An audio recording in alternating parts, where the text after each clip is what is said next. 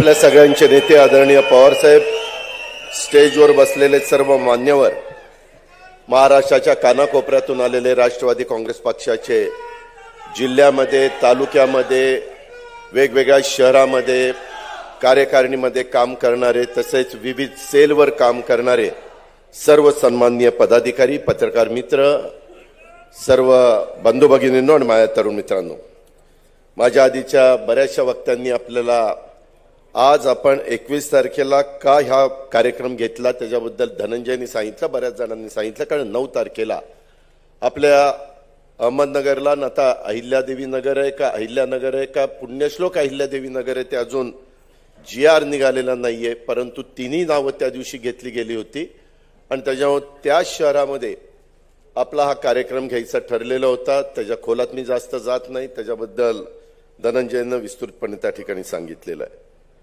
खरं तर भुजबळ साहेबांनी त्याचा उल्लेख केला. 10 जून 1999ला शिवाजी पार्कची सभा, मी, जयंत पाटील, दिलीप वळसे पाटील, सुनील तटकरे, RR पाटील, आम्ही सगळेजण 35 ते 40च्या वयातले होतो, 35 पासून 40 पर्यंत. आणि त्या काळामध्ये तसं बघितलं तर आम्ही ज्युनियर म्हणून ओळखले जात होतो. आणि त्यावेळेस आदरणीय भुजबळ साहेब असतील, पिचड साहेब असतील, पदमसिंह पाटील असतील, विजयसिंह मोहिते पाटील असतील, अनेक मान्यवर हे तिथं महत्वाची भूमिका बजावत होते आणि त्याच्यातून पक्षाची निर्मिती झाली आणि सगळ्या महाराष्ट्रामध्ये पक्ष पोहोचवण्याचं काम प्रत्येकाने आपापल्या परीने गेले 25 वर्ष केलं. चढ उतार अनेक आपण बघितले, अनेक जीवाभावाचे सहकारी आपल्याला सोडून गेले, अनेक जण तुमच्या माझ्या जवळचे असताना देखील काही बाबतीमध्ये नाराज झाले. त्यांची नाराजी का झाली, कशामुळे झाली, त्याच्या खोलात मी जाऊन वेळ घेत नाही. परंतु या सगळ्या घटना घडत असताना साधारण 25 वर्षांनी नवी पिढी पुढे येते. आपण बघतो की 100 वर्षामध्ये साधारण 4-4 पिढ्या पुढे सरकतात. 25 मध्ये काही जण येतात, 50च्या नंतर दुसरे येतात, अशा प्रकारचं चालतं. आणि त्याच्यामुळं मधल्या काळामध्ये आदरणीय पवार साहेबांनी पण भाकरी फिरवली पाहिजे अशा प्रकारे सांगितलं. त्याच्यातूनच आपण जर पाहिलं तर मोठ्या प्रमाणावर लोकसभेमध्ये आणि विधानसभेमध्ये येणाऱ्या निवडणुका डोळ्यासमोर ठेवून पक्षांनी खासदार प्रफुल्लभाईंवर आणि सुप्रियावर पक्षाच्या कार्यकारी अध्यक्षपदाची जबाबदारी पक्षाने टाकली. त्याच्यामध्ये मी सुरुवातीलाच आपण त्यांचं अभिनंदन केलं. मी पण आज या वर्धापन दिनाच्या निमित्तानं त्यांचं मनापासून अभिनंदन करतो. त्याच्यानंतर स्वतः खजिनदाराची जबाबदारी सुनील तटकरे असतील, डॉक्टर योगनानंद शास्त्री, के शर्मा, PP मोहम्मद फैजल, नरेंद्र वर्मा, जितेंद्र आव्हाड, SR कोहली, नसीम सिद्दीकी, अशा अनेक सहकाऱ्यांच्यावर वेगवेगळ्या जबाबदाऱ्या टाकल्या. ते तुम्ही 10 जूनला आदरणीय पवार साहेबांचं भाषण ऐकताना सगळं पाहिलं असेल. आता हे सगळ्यांनी मिळून पक्ष अधिक मजबूत करायचा आहे. आपली राष्ट्रीय मान्यता गेलेली आहे. काही गोष्टी आपण आपल्या घरामध्ये बसलेलो आहे. ही काही जाहीर सभा नाहीये, हा आपला एक परिवार म्हणून. जयंतरावांनी मला सांगितलं की आपण फक्त निमंत्रितांना बोलवलेलं आहे आणि तशा पद्धतीनं जे आपले जीवाभावाचे सहकारी आहेत त्यांना सगळ्यांना बोलवलेलं आहे. आज 25 वर्षामध्ये जर मागं वळून पाहिलं तरी किती काळ सत्ता होती, किती काळ नव्हती, किती जणांना संधी मिळाली, किती जणांना नाही मिळाली, किती नवीन सहकार्यांना पण आपण आपलंसं करण्याचा प्रयत्न केला. त्याच्यामध्ये मगाची खडसे साहेबांनी सांगितलं, मी अलीकडेच आलो, त्याच्या मागच्या काळामध्ये धनंजयाला शेवटी कोण कधी आलं त्याला महत्व नसतं. संघटनेमध्ये कोण पहिल्यापासून असेल, कोण मध्ये आलेला असेल, कोण आत्ता आलेला असेल, शेवटी संघटना पुढे नेत असताना सर्व जाती धर्माच्या लोकांना बरोबर घेऊन जाऊन संघटना खऱ्या अर्थाने तळागाळापर्यंत पोहोचवण्याचं काम कुणी जरी करत असलं तर तो पक्षाचा आपला जीवाभावाचा सहकारी, तो आपल्या पक्षाचा जीवाभावाचा नेता आहे. आणि त्याच्यामुळे खडसे साहेब किंवा बाकीच्या सगळ्यांनीच कुणी नंतर आलेलं असलं तरी तशा प्रकारची मनामध्ये भावना आणू नका. ज्यांच्यामध्ये कर्तृत्व आहे, नेतृत्व आहे, ज्यांच्यामध्ये संघटना कौशल्य आहे त्याला पक्षामध्ये संधी मिळती, त्याच्यामध्ये जातीचा पातीचा नात्याचा गोत्याचा विचार केला जात नाही। हे स्वर्गीय आर पाटलांचा उल्लेख मगाशी झाला। स्वतः आर पाटील आता सामान्य कुटुंबातला जन्मलेला सहकारी, परंतु तो हा राज्याचा उपमुख्यमंत्री पदापर्यंत पोहोचू शकतो हे फक्त राष्ट्रवादी काँग्रेस पक्षच करू शकतो। ही पण बाब आपण सगळ्यांनी लक्षामध्ये घ्या। असं असताना एकंदरीतच आता ह्या सगळ्या मान्यवरांच्यावर मोठा विश्वास टाकलेला आहे आणि या सर्व सहकाऱ्यांनी हा सार्थ ठरवत ह्या जबाबदाऱ्या यशस्वीपणे पार पाडल्या पाहिजे। मगाशी सुप्रिया का कोणीतरी बोललं की बाबा काही जणांना मंत्रिपद आम्हाला अनेक वर्ष मिळाली आणि आता मंत्रिपद नसताना संघटनेची जबाबदारी ही वेगवेगळ्या भागाची त्यांनी उचलली पाहिजे। आणि मी तर नेहमीच सांगत असतो, बरेच जण मंत्री होतात परंतु स्वतःशिवाय दुसऱ्या कुणालाही ते निवडून आणू शकत नाही, हे बरोबर नाही। शेवटी तुम्हाला मंत्रिपद पाहिजे असेल, उद्याच्याला अजित पवारला उपमुख्यमंत्री पद पाहिजे असेल तर त्यांनी स्वतःच्या जिल्ह्यातनं जास्तीत जास्त आमदार निवडून आणण्याचं काम केलं पाहिजे। त्याच्यामध्ये दिलीपरावांची मदत घ्या, दत्ता भरणेची मदत घ्या, प्रदीप गारडकरची मदत घ्या, प्रशांतची जगतापांची मदत घ्या, अजित गव्हाणेची मदत घ्या, पण शेवटी आपल्याला मिळालेल्या पदाचा आणि सत्तेचा वापर हा सर्वसामान्य माणसांचे प्रश्न सोडवण्याच्या करता करायचा असतो। हा एक विश्वास तिथं प्रत्येकाने जर उडाशी बाळगला तर निश्चितपणे एक वेगळ्या प्रकारचं चित्र, जे सातत्याने मगाशी बरेच जण म्हणले ना की पहिला नंबर आला पाहिजे, सगळ्यात मोठा पक्ष झाला पाहिजे, भाषण देऊन पहिला नंबर येणार नाही।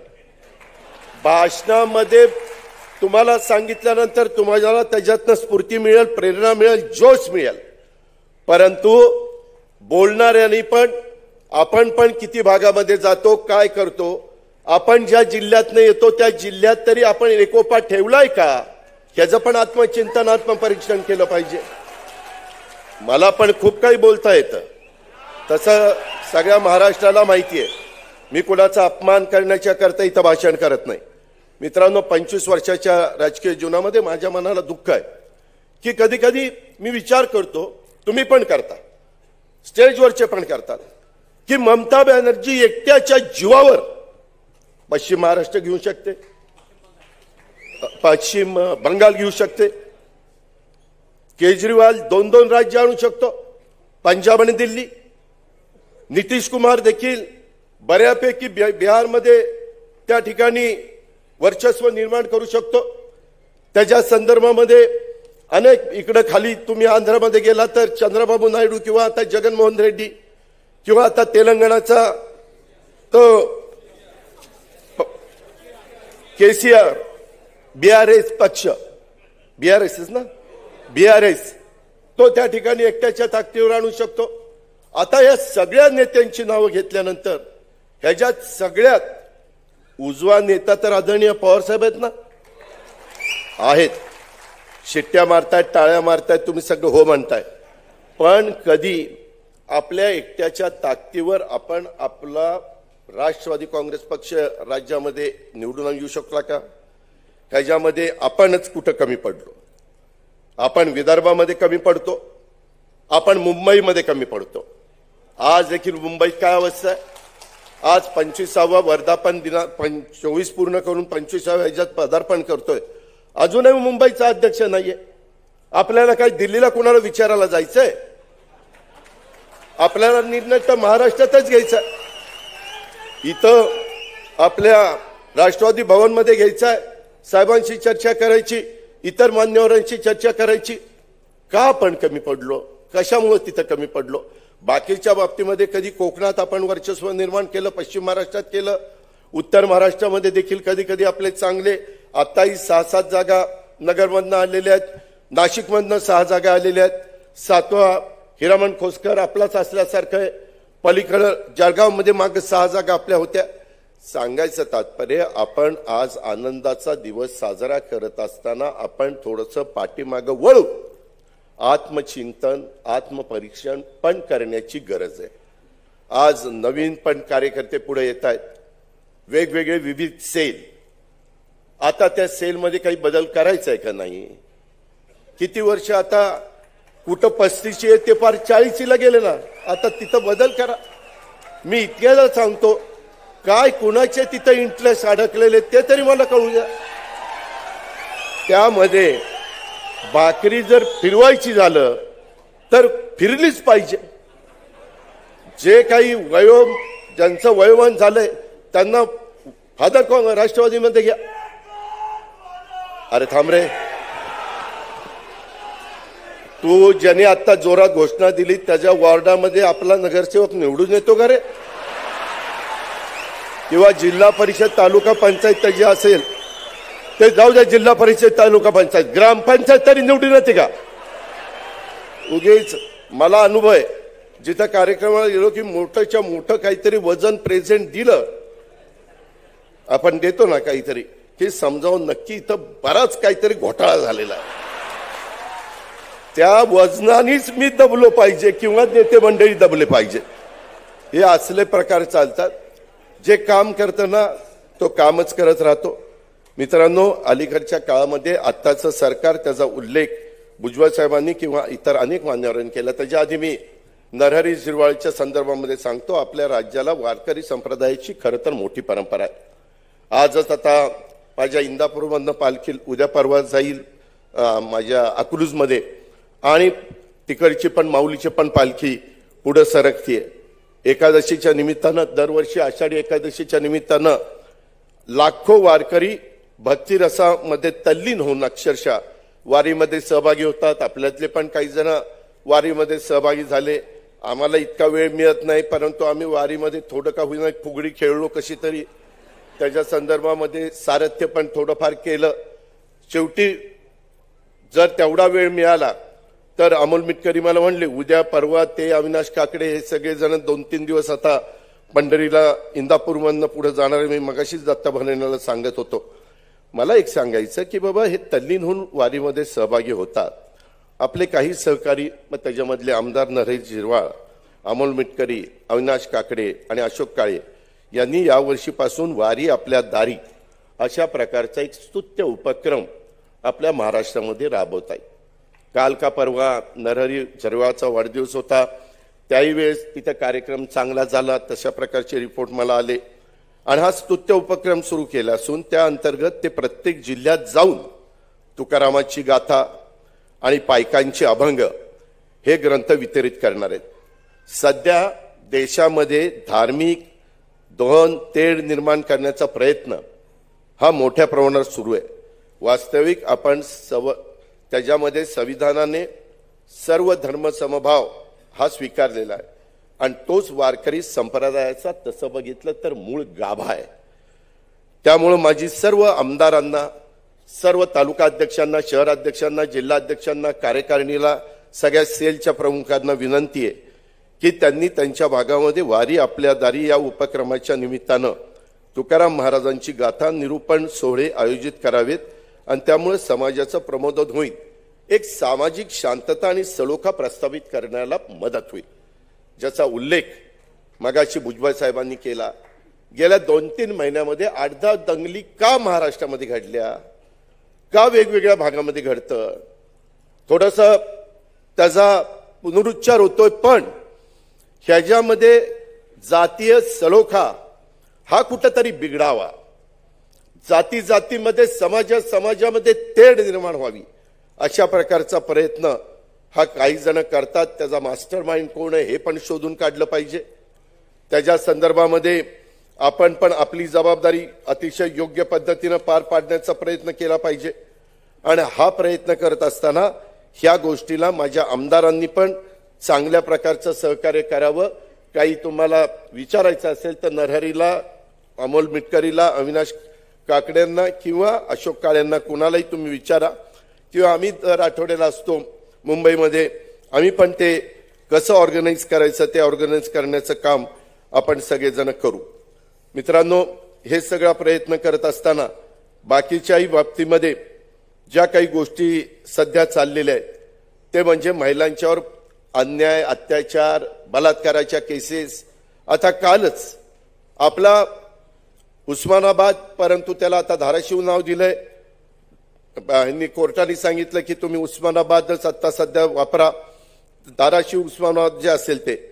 त्याच्यामध्ये एका व्हिडिओमध्ये एका डॉक्टरनी राजकीय नेत्याचं नाव आणि मृतदेह भूम पोलीस ठाण्यात अटक केल्यावरच ताब्यामध्ये घ्या, एका व्यक्तीला त्यांनी आत्महत्या केली आणि त्याला जबाबदार लोक, काही राजकीय पक्ष त्याला जबाबदार आहेत. अटक केल्यानंतर मृतदेह ताब्यात घ्या, तिथं गुंडांची दहशत आहे. आजच राहुल मोठे मला सकाळी येऊन ती माहिती सांगत होता. मी एसपींशी त्या बाबतीमध्ये बोललो, कुणी ह्याच्या मागे काय केलंय, कशामुळे झालं, ह्या घटना सातत्याने काय घडतात आपल्या पुण्यामध्ये किंवा नाशिकमध्ये किंवा इतर ठिकाणी. कोणी गुंड प्रवृत्तीची लोक सातत्याने वाहनं फोडायचा प्रयत्न करतात, रात्रीत जातात आणि 35-40 वाहनं फोडून टाकतात. त्याच्यामध्ये कोयता गँग ज्याचा उल्लेख सुप्रियानी केला, हेही मधून अजून डोकंवर काढू पाहतंय. कालच मला कळलं दौंडला पण डॉक्टर पती पत्नींनी स्वतःच्या 2 मुलासह आत्महत्या केली, विहिरीत ते पडून. वरवणला का काहीतरी घटना घडली, त्याची पण माहिती मी वीर धवनला विचारत होतो, त्यांनी मला दिली, परंतु अजून मी खोल्यात जातोय. ह्या घटना सातत्याने मित्रांनो घडतायत आणि ह्याच्यामध्ये सरकार कमी पडतंय. पोलीस यंत्रणा आपली चांगली आहे. पोलीस खात्याची जबाबदारी जयंत पाटलांनी, त्याच्यामध्ये दिलीप वळसे पाटलांनी, अनिल देशमुखांनी, भुजबळ साहेबांनी पार पाडलेली आहे. आरआरनी अनेक वर्ष पार पाडली. त्याच्यामुळे आपली पोलीस यंत्रणा अतिशय उत्तम आहे. साहेबांनी पण अनेक वर्ष ती सांभाळलेली आहे, पण त्यांना तशा प्रकारची मोकळीक मिळत नाही. हस्तक्षेप वाढलेला आहे. आज जे शिंदे फडणवीस सरकार आहे ते सरकार निव्वळ आमच्या लोकांना, म्हणजे त्या पोलीस अधिकाऱ्यांना, खालच्या शिपायांना, विपायांना त्यांचे कार्यकर्ते असल्यासारखं राबवायला सांगतात. ठाणे जिल्ह्याचं उदाहरण घ्या, महाराष्ट्रातल्या इतर पण वेगवेगळ्या जिल्ह्यांचं उदाहरण घ्या, त्याच्यामध्ये तशाच प्रकारची परिस्थिती आपल्याला सगळ्यांना पाहायला मिळते. ही सगळी परिस्थिती बघितल्यानंतर महाराष्ट्राच्या लौकिकाला शोभा देणाऱ्या ह्या बाबी नाहीयेत. त्याच्यामुळं महाराष्ट्राची देशात आणि तुमच्या माझ्या जगात देखील बदनामी होतीये. इथला सामाजिक सलोखा हा जाणीवपूर्वक त्या ठिकाणी बिघडवला जातो, ज्याचा उल्लेख मगाशी सुप्रियानी केला. सावित्रीबाई फुले ते वसतिगृह, मला अमोल विटकरींनी सांगितलं, मला वाटतं मरीन ड्राईव्ह पोलीस स्टेशनला ते होते. मी ताबडतोब गेलो, त्यांच्या आईवडिलांना तिच्या भेटलो, काय झालं काय नाही. परंतु ज्यांनी ते कृत्य केलेलं होतं ती विकृती आहे, परंतु ज्यांनी कृत्य केलेलं होतं त्यांनी पाठीमागच लोकलला आत्महत्या केलेली होती. परंतु जिथं अतिशय चांगल्या प्रकारे लोकांची वर्दळ असती, सगळे चीफ जस्टिस आणि बाकीचे त्या भागातनं जातात. आम्ही लोक सगळेजण मंत्रालयात किंवा विधान भवनात जाताना जे कोणी आमदार, खासदार, मंत्री सगळे त्या भागातनं जातात. अशा पद्धतीचा वर्दळीचा भाग असताना देखील ही घटना घडती. त्याच्यानंतर धावत्या लोकलमध्ये विद्यार्थिनीबरोबर अत्याचाराची घटना घडती. ह्या घटना पुरोगामी विचारांच्या महाराष्ट्राला छेद देणारे आहेत, तिच्या प्रतिमेला छेद देणारे. त्याच्यातनं काय हे सरकार करतंय, शिंदे साहेब काय करतात. शिंदे साहेबांना बोललं की शिंदे साहेब म्हणतात तुम्ही माझ्यावर फार टीका करता. अहो तुम्ही नुसतीच दाढी कुरवळत बसता, मग टीका करू नाही तर काय करू. तुम्ही त्याच्या संदर्भामध्ये रिझल्ट द्या ना, मी तुमचं कौतुक करीन. किंवा खरंच असा मुख्यमंत्री कधी पाहिला नव्हता, परंतु दुसऱ्या भावनेतनं मला बोलावं लागतंय की असा मुख्यमंत्री पहिला कधी झाला नव्हता. ही अवस्था आहे. मुंबईमध्ये लिव्ह इन मध्ये सोबत राहणाऱ्या एका महिलेचा खून केला जातो. तिच्या मृतदेहाचे विल्हेवाट लावण्यासाठी मृतदेहाचे तुकडे करून कुकरमध्ये शिजवले जातात आणि ते मांस मिक्सरमध्ये बारीक करून ते बारीक केलेलं मांस जवळच्या गटारामध्ये फेकलं जातं. हे ऐकल्यानंतर अंगावर थरकाप येत नाही, सटकत नाही, राग येत नाही. सरकार काय करतंय, सरकार काय झोपा काढतंय. परवा तिघांची भाषणं झाली वेगवेगळ्या पद्धतीनं. ठीक आहे, तुम्हाला तुमचा वर्धापन दिन जसा आम्ही साजरा करतो तुम्हालाही अधिकार आहे, पण काय भाषणं, जसा खडसे साहेबांनी उल्लेख केला. मी नेहमी मीडियाला म्हणतो, काही म्हणतात ओकारी. अरे कसली ओकारी, काय शब्द, चंद्र, सूर्य, जेवढे काही प्राणी आहेत त्या सगळे प्राण्यांची नावं घेऊन झालेली आहेत. ह्याच्यातून महागाई कमी होणार आहे का, ह्याच्यातनं बेरोजगारी कमी होणार आहे का, ह्याच्यातनं या महिलांच्यावर अन्याय अत्याचार होत आहेत ते कमी होणार आहेत का? याचं उत्तर मुख्यमंत्री उपमुख्यमंत्री द्यायला नको? हे त्यांचं काम नाहीये. तिथं इथनं गेले सुरतला गेले गुवाहाटीला, तिथनं गेले गोव्याला, तिथनं आले इकडं, सगळं पार 2-4 राज्य फिरून आली. हे असला धंदा करायलाच फिरून आला काय? आमच्या शेतकऱ्याचं वाटोळे करायला फिरून आला? माझ्या शेतकऱ्याचा कापूस विकला जात नाही. माझा शेतकरी, कांदा उत्पादक शेतकरी, तो म्हणतो आता हैदराबादला जायचं आणि कांदा विकायचा, 4 पट भाव आहे. हैदराबाद देऊ शकतं, मग मुंबईने काय केलं? महाराष्ट्राचा मुख्यमंत्री काय करू शकत नाही? त्यांच्यापेक्षा तर तुमचं माझं राज्य आर्थिक बाबतीमध्ये सक्षम आहे. आम्ही हाताळलेलं आहे, आम्ही फायनान्स बघितलेलं आहे. त्याच्यामुळं जर दुसऱ्या भागामध्ये ते लोक समाधानी राहू शकतात. मागं मला आठवतंय दिलीप वळसे पाटील, जयंत पाटील, आमचे छगन भुजबळ साहेब, बाकीचे सगळे मान्यवर साक्षीला आहे. 12/12/2012 आपण आपल्या राज्याला भारनियमनात मुक्त केलेलं होतं. केलं होतं की नाही? मग आता का आमच्या शेतकऱ्याला 10 तासामध्ये वीज मिळत नाही का? सारखी लाईट जाते, कुठं वीज गुडूप होते? काय ऊर्जा मंत्री करतात? सरकारचं काम नाही. आता तर त्याच्यानंतरच्या काळात सोलर, त्याच्यामध्ये वीज निर्मिती झाली, विंडमिल, बाकीचे सगळं कोजन, बरंच काही झालेलं. त्याच्याही बद्दल ते व्यवस्थितपणे उत्तर देऊ शकत नाही. आणि ह्या पद्धतीनं काही ना काही वेगळ्या प्रकारे आपल्यालाच राष्ट्रवादीला बदनाम करण्याचा प्रयत्न ही मंडळी त्या ठिकाणी करतात. खरं तर वेगवेगळे आरोप झाले, त्या आरोपामध्ये तसं बघितलं तर काही तथ्य निघालं नाही, परंतु त्याच्यातनं बदनामी सहन करण्याचं काम मात्र आपण केलं. आता मधलंच उदाहरण, छत्रपती संभाजीनगरमध्ये आदरणीय पवारसाहेब गेलेले होते, ते बोललेच नव्हते. ते वक्तव्य समाज माध्यमांनी फिरवलं आणि भाजपचा एक नेता या संबंधी चुकीचं ट्विट करतो. महत्वाच्या चॅनलला बातमी दाखवली जाते, खातरजमा पण तुम्ही करत नाही. आणि हा सुद्धा एक व्यापक कटाचा भाग नाही का? पवार साहेबांच्यावर केलेला कोणताही प्रकारचा हल्ला हा अगदी शाब्दिक सुद्धा राष्ट्रवादी काँग्रेस पक्ष खपवून घेणार नाही, हे पण निर्वाणीचा इशारा मी या निमित्तानं देतो. अरे खरं असेल तर बोला ना. उद्या चूक झाली तर आम्ही पण म्हणू आमच्याकडनं चूक झाली, दिलगिरी व्यक्त करतो आणि पुढे जाऊ. पण कारण नसताना चुकीच्या पद्धतीने आरोप करून, आरोपीच्या पिंजऱ्यात उभा करण्याचा प्रयत्न करून, बदनामी करून त्या ठिकाणी आम्हाला समाजामध्ये आमची प्रतिमा मलिन करण्याचं काम जर कोणी करत असेल तर ते देखील राष्ट्रवादी काँग्रेस पक्ष त्या ठिकाणी खपून घेणार नाही. हा देखील गोष्ट मी आपल्याला सगळ्यांना या निमित्तानं सांगतो. आज जागतिक योग दिनानिमित्त योग प्रभात ॲट विधान भवन असा मोठा इव्हेंट विधिमंडळाच्या समोर आयोजित करण्यात आला होता. कोट्यावधी रुपयाची उधळण केली. जसं जाहिरातबाजीचा भुजबळ साहेबांनी सांगितलं, करोडो रुपये खर्च करतात. तुम्हाला बघायचे असो किंवा नसो, बसमध्ये त्या मुख्यमंत्री उपमुख्यमंत्र्याला बघायचंच. अरे काय बघायचं? आम्हाला बघवत नाही तरी बघायचं. त्याच्या संदर्भामध्ये काय महागाई वाढवली म्हणून बघू, शेतकऱ्यांना अन्याय करतात म्हणून बघू, आया बहिणींच्यावर अन्याय अत्याचार बलात्काराच्या केसेस होतात म्हणून बघू, बेरोजगारी वाढवली म्हणून बघू, महाराष्ट्रातले 1.5-2 लाख कोटीचे गुंतवणुकीचे प्रकल्प बाहेर गेले म्हणून बघू, कशा करता बघू, का ह्यांना बरं वाटतं म्हणून बघू. हे जे काही प्रकार आहेत, हेही प्रकार कार्यकर्त्यांना तुम्ही लक्षात घेतले पाहिजे. मी इथं बोलतो, पण तुम्ही पण गाव पातळीवर तुमच्या भागामध्ये जाऊन हे बोललं पाहिजे. कारण तुम्हाला माहिती आहे, बोलणाऱ्याचं काय खपतं, न बोलणाऱ्याचा गहू देखील खपत नाही, ही परंपरा आहे. आणि त्याच्यामुळं या आजच्या योग दिनाच्या निमित्तानं राज्यात पावसाचा थेंब पडेना. मित्रांनो, माझ्याकडे सगळ्या धरणांचे मराठवाडा तुमचा सगळे प्रकल्प त्यांची काय परिस्थिती आहे, कोकण विभाग, नागपूर विभाग, नाशिक विभाग, पुणे विभाग, सगळीकडे पाण्याची इतकी वाईट परिस्थिती आहे. सरकारला याचं गांभीर्य नाहीये. आज पाण्याची बचत करावी लागते. काही ठिकाणचे कॅनॉल आता वर धरणात पाणी आल्याशिवाय सोडू शकत नाहीये. मुंबईची तीच अवस्था. भातसा, तानसा वगैरे सगळी धरणं मुंबईतल्या अडचणीत आलेली आहेत. तरी देखील सरकारचं काम नाही. अजून पाऊस शेखर इथं बसलाय, शेखरला विचारला, चिपळूणला पाऊस सुरू झाला नाही, कोकणात पाऊस सुरू झाला नाही.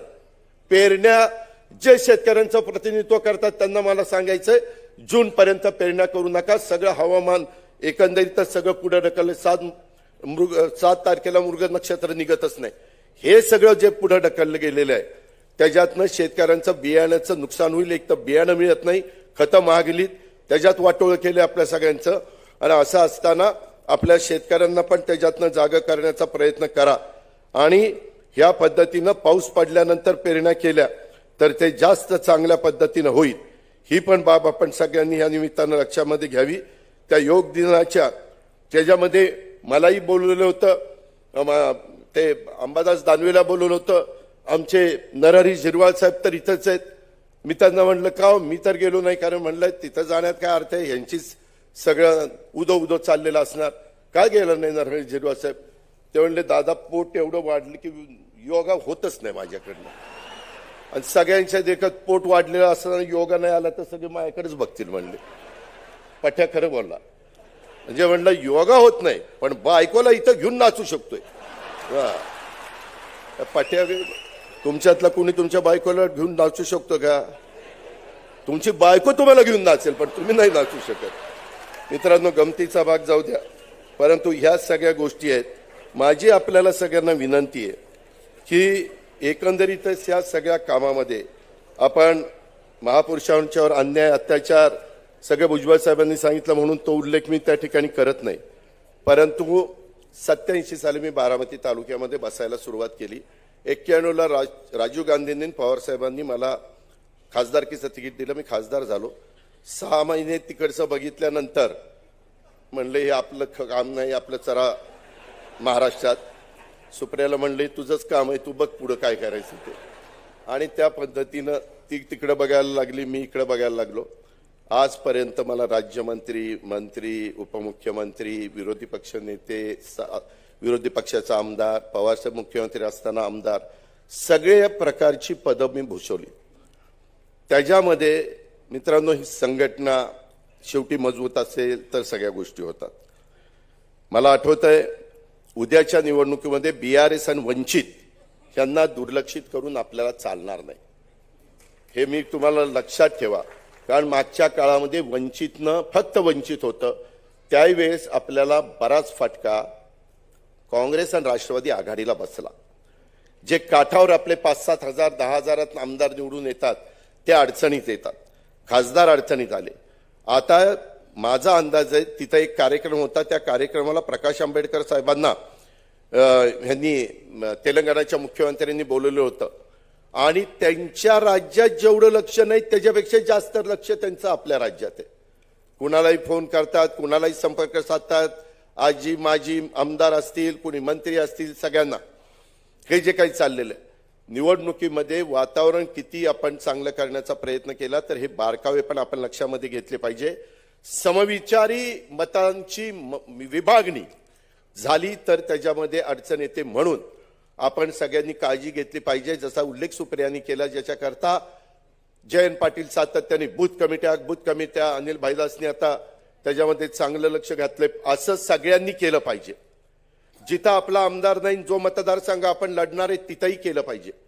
मित्रांनो, नेत्यांनी येऊन किती भाषणं केली, काही सांगितलं तरी देखील जोपर्यंत तिथं हाडाचा कार्यकर्ता बूथवर मतदान करण्याला तिथं मजबूतीनं उभा राहत नाही, पक्षाकरता 1 तास, ती एक गोष्ट त्याच्यातनं खूप फरक पडतो. मी बघितलेलं आहे.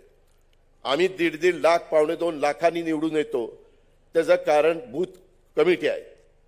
त्याचं कारण प्रत्येक बूथवर 25-30 आपले चांगले मजबूत सहकारी आहेत. काही ठिकाणी आपण सगळ्या जागा लढवल्या तर नगरसेवकाला मतं मिळतात, तेवढी देखील आपल्या उमेदवारांना काही भागात मतं मिळाली नाही. ही आपली शोकांतिका. त्याच्याकरता आज आता बाकीच्या 3 मान्यवरांची भाषणं झाल्यावर माझी तुम्हाला विनंती आहे की हा पण एक व्यवस्थितपणे विचार करून तुम्ही आपापल्या घरी जावा. आम्ही अनेकदा म्हणजे मला आठवतंय आपल्या पक्षाचे भुजबळ साहेब सुरुवातीला अध्यक्ष झाले. 99 साली पवार साहेबांनी त्यांच्यावर जबाबदारी दिली होती. 5 महिने मिळाले, 5 महिने 3 दिवस 58 जागा आपल्या आल्या. ते म्हणतायत ते खरंय, 6 महिने अजून मिळाले असते तर जास्त जागा आपल्याला असत्या. बबनराव पाचपुते यांना नंतर 3 वर्ष 4 महिने 15 दिवस मिळाले, तेव्हा त्यांच्या काळात निवडणुका झाल्या नाही.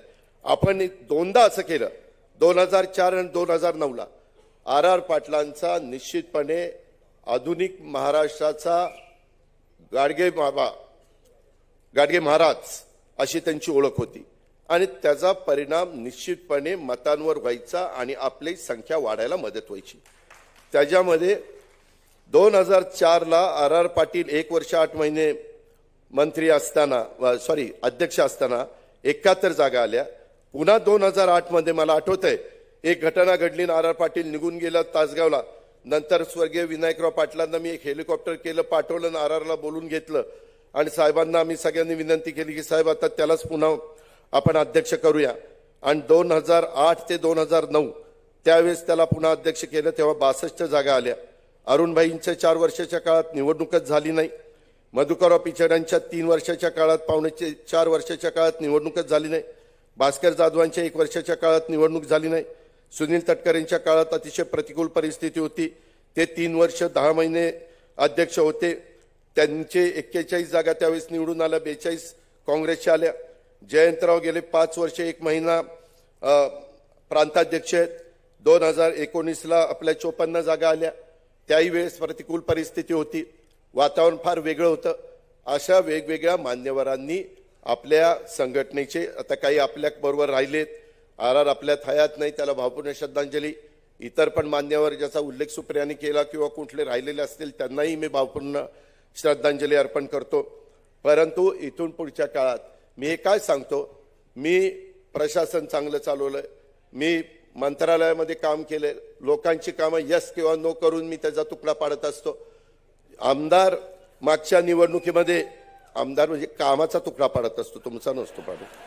त्याच्यामध्ये संदीप क्षीरसागरला जयदत्तांना गेल्यावर आपण घेतलं, सरोज इथं बसली, सरोजच्याही बाबतीमध्ये आपण तसंच केलं. अहिरच्या बाळासाहेब आजबेला आपण घेतलं. सुनील टिंगरे शिवसेनेत होता, त्याला इकडं आपण घेतला. चंद्रकांत नवघरे मार्केट कमिटीला होता, त्याला म्हणलं की आता तू पुढच्याच उभा राहा. अण्णा बनसोडेचं तर असं झालं, अण्णा बनसोडेचं तिकीटाला तिथं दुसऱ्याला तिकीट दिलं. मला पिंपरी चिंचवडमधनं फोन, दादा हे चुकीचं झालं. मी म्हणलं असं करा, आता मी निघालो मुंबईवरून पुण्याला, मी एक्सप्रेस हायवे संपला की त्या कॉर्नरला थांबतो आणि ज्याला तिकीट जाहीर केलेलं आहे त्याला एबी फॉर्म दिलेला आहे, परंतु तू काय कर, तुला आता एबी फॉर्म देतो, सकाळी 11 वाजता तूच तुझा फॉर्म भरून टाक. खोटं नाही सांगत. अण्णाला विचारा, अण्णा जरा असेल तर. आजमबाई वगैरे सगळे आले होते. अण्णाला तिकीट दिलं, अण्णा तिथं निवडून आला. दौलत दरोडा ते पांडवा तिकडे गेला तर पांडवाला म्हणलं जा, तू गेला तर गेला, दौलता ये रे इकडं. दौलताला आणलं, दौलत दरोडा निवडून आला. निलेश लंके ती तर लंकाच पेटवत चाललाय सगळी, त्याच्यामुळं तो तिकडे निवडून आला. सुनील शेळके तो तर राष्ट्रवादी भवनला पोहोचायच्या आधीच त्याचं तिकीट डिक्लेअर करून टाकलं. भारत बालके आज हयात नाहीत, परंतु त्यांनाही साहेबांनी सांगितलं अजित आपल्याला यांना तिकीट द्यायचं. डॉक्टर किरण लहामटे वैभवला सांगतो, अरे वैभव जाऊ नको जाऊ नको जाऊ नको. नाही ना दादा आता मला गेलं पाहिजे, जा म्हणलं, जात कुठं जायचं तिकडं. तिथं डॉक्टर किरण लहामटे कितीतरी मतांनी निवडून आले. संजय बनसोडेचा मतदारसंघ बदलून त्याला दिला, तिथं त्यांनी उमेदवारी काढली. संजय मामा शिंदे देवेंद्र भोयारांशी आपण इतकं चांगलं वागलो, ते अपक्ष निवडून आले तरी ते आज पण स्टेजवर आहेत, आपल्या बरोबर आहेत. सांगायचं तात्पर्य, नव्या चेहऱ्यांना लोकसभेला विधानसभेला संधी देण्याचा प्रयत्न आपण सगळेजण करतोय. साहेबांचं तसं लक्ष आहे, आमचं सगळ्यांचं लक्ष आहे. मला एवढंच सांगायचं आहे ह्या निमित्तानं की बाबा मला गेल्या 30-32 वर्षात, म्हणजे 91ला मी खासदार झालो, त्याच्या आधी बँकेचा चेअरमन होतो. रमेश अप्पाला माहिती आहे, रमेश अप्पा सुभाष अण्णा कुर्णी सांगितलं तुम्हाला तालुक्यात काय करतात जरा जिल्ह्यात या, बँकेमध्ये आल्यावर तुम्हाला जिल्हा माहिती होईल. म्हणलं बँकेत कसं येणार, म्हणलं या तर बँकेत. तुम्हाला म्हणलं आमचं तिथं जमतच नाही, कसं बँकेत निवडून येणार, अवघड काम आहे. ते म्हणले नाही नाही या. पण त्यांना काय माहिती, ही बँकेत आल्यावर बँक कायमचीच ह्याच्या हातामध्ये राहील, ते अजून पण आमच्याच हातात आहे. तर तशा पद्धतीनं अर्थात चांगली चालवतोय.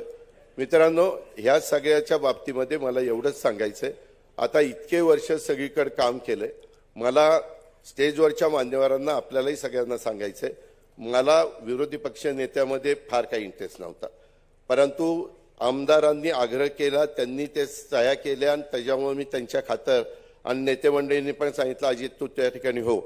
1 वर्ष मी विरोधी पक्ष नेतेपद सांभाळलेलं. ते सांभाळत असताना काहींचं म्हणणं आहे तू कडक वागत नाही. आता म्हणलं काय त्यांची गचोरी धरू का काय करू, कडक वागत नाही म्हणजे काय अजून कळत नाही. पण म्हणलं आता बाद झालं, मला त्याच्यातनं मुक्त करा आणि संघटनेची जबाबदारी द्या आणि मग कशा पद्धतीनं पक्ष चालतो. एक मिनिट, अर्थात हा अधिकार हा नेते मंडळींचा आहे, पण माझी इच्छा आहे. बाकीचे वेगवेगळी इच्छा प्रदर्शित करतात. आजपर्यंत पक्षाने जी जबाबदारी दिली ती जबाबदारी मी पार पाडलेली आहे.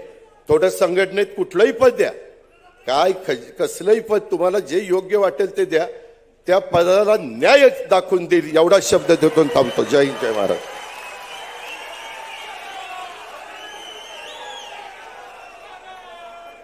यानंतर राष्ट्रवादी काँग्रेस पक्षाचे राष्ट्रीय कार्याध्यक्ष आदरणीय प्रफुल्ल